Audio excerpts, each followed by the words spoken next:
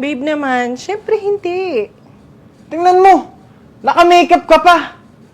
Di ba nga sinabi ko sa'yo, mas maganda ka kapag simple ka lang. Eh babe, naisip ko lang naman kasi maansari natin, di ba? Hayang ka na naman eh. Sino ba nagsabing mag-isip ka? Iisip daw.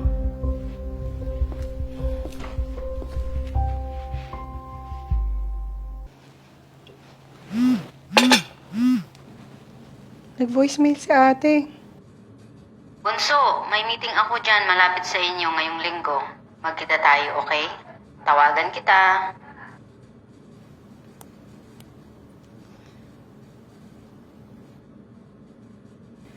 Babe, nag-voice message pala sa akin si ate. Talaga? Anong sabi? Bisita daw siya dito next week. Tinanong man lamang ba kung may lakad tayo? Eh babe, hayaan mo na. Minsan lang naman. Hindi rin. Pwede ba? John, buti pang huwag na lang. Alam mo naman ate mo, panira lang yun eh. Di naman siguro, babe.